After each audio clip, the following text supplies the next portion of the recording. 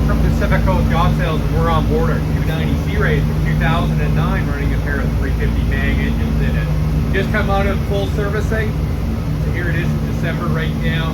We are cruising at 23 knots, running 3,300 RPM. The boat is running like a top, exactly how we expected. Full bottom painting, full drive length servicing, full engine servicing, buff and wax top side.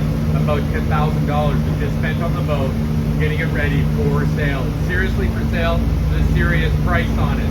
I have the furnace running. It's nice and toasty in here right now. It's late in the day.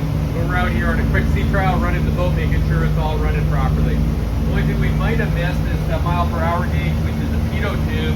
May have not get cleaned out, but those often don't work. But as you can see, we're running 3380 RPM. It's a sync mode right now. We have digital controls. It is a full load Sea Ray with every option possible and a full hardtop on it. Makes for really comfortable cruising. And we're scooting down the river 23.5 knots right now. Great boat, fully serviced, ready to go. We have gone through it with a fine-tooth comb. We welcome your inspections, we welcome your surveys.